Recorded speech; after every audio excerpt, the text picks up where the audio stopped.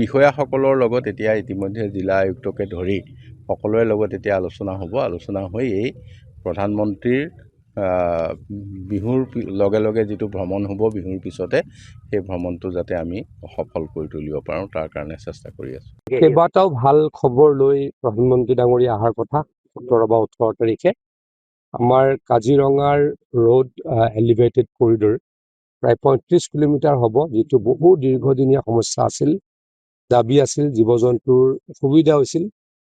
তাৰেই কামটোৰ আধাৰশিলা কৰিবলৈকে প্ৰধানমন্ত্ৰী ডাঙৰীয়া আহিব আৰু কেইবাটাও কাম লৈ প্ৰধানমন্ত্ৰী ডাঙৰীয়া অহাৰ কথা।